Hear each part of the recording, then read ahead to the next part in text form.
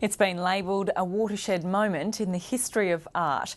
40 years ago, Aboriginal people in the community of Papunya in Central Australia began painting their traditional designs on boards. The Western Desert art movement was born. Today, Indigenous art is an industry worth tens of millions of dollars. Now a major exhibition at the National Gallery of Victoria looks back at those first works from 4 decades ago. Genevieve Hussey reports.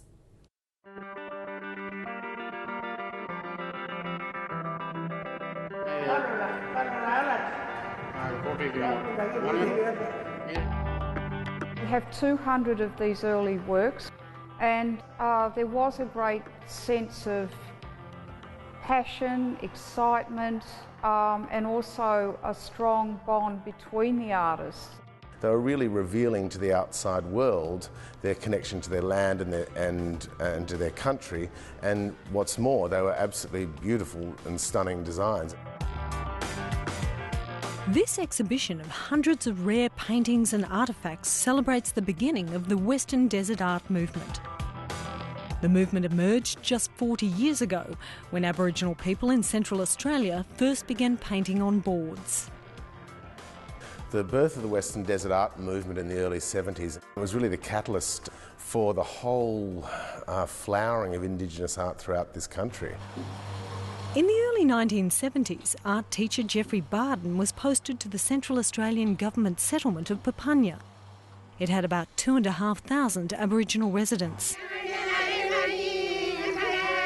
BARDON encouraged them to take the depictions of their stories that they made in the sand and paint them on permanent surfaces.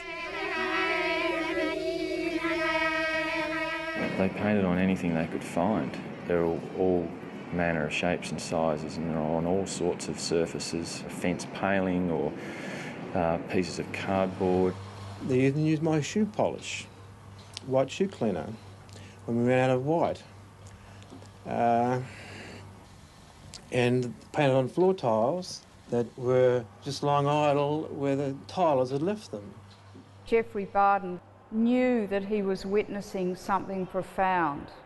Ephemeral designs, usually only seen in a ceremonial context, were transformed into a new art medium.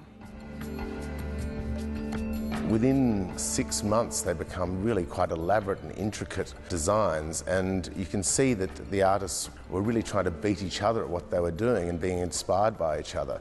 So it was certainly an extraordinary artistic frenzy. BARDON made the operation a commercial enterprise, establishing Papunya Chula Artists, a company owned entirely by the artists. This first cooperative of artists has been the model for art centres, Aboriginal-owned art centres throughout Australia. This is a company that is still flourishing. In Alice Springs, one famous early Papunya work, the Carper board, which won an art prize in 1971, has been taken from the gallery wall and is being shipped to Melbourne for the exhibition. It's just one of 200 early works, gathered from galleries and private collectors worldwide.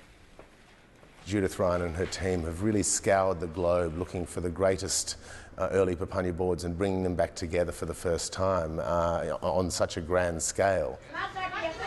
Today, Papunya Chula has 120 artists on its books.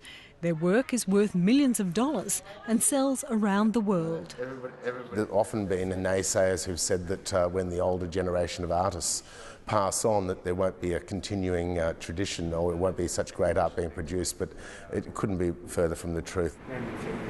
Bobby West JUPURRULA's father was one of the original Papunya Chula painters. I wanted to paint too because that's the only way to, show and not tell a story about your places, your Rockall, Saltwater, Dreamtime. Artists from Central Australia, including some of the original Papunya Chula painters, have travelled to Melbourne to see the work on display.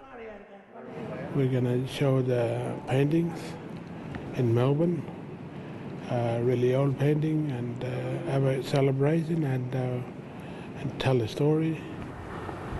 In Kintore, 500 kilometres west of Alice Springs, painting is still a way of life, and art has brought real benefit to the community. Money raised by an art auction funded a dialysis unit, which means locals with kidney disease don't have to travel to Alice Springs for treatment. It's obviously an industry and a huge economy, and it provides people with the ability to fund their own lives, to take control of them, to not sit around waiting for cheques to arrive from the government. At $15,000. At $15,000. Gentlemen's bid here at $15,000. But like many businesses, Indigenous art has borne the brunt of the global financial crisis. At $23,000 here at the front at $23,000. The industry hopes the exhibition will generate new interest. And it's sold, it's yours, $24,000. Indigenous art, perhaps more than traditional Australian art, has been affected to some extent. I do know, though, when there is a retrospective on an artist's work, there's a rejuvenated interest in that artist, and people want to own the works. The exhibition has already generated overseas interest, with a showing in Paris next year. But for now, Australians are being urged to take a look. This is a once-in-a-lifetime opportunity for Australians to come and see for themselves these paintings brought together. It's an opportunity that is not to be missed. Genevieve Hussey with that story.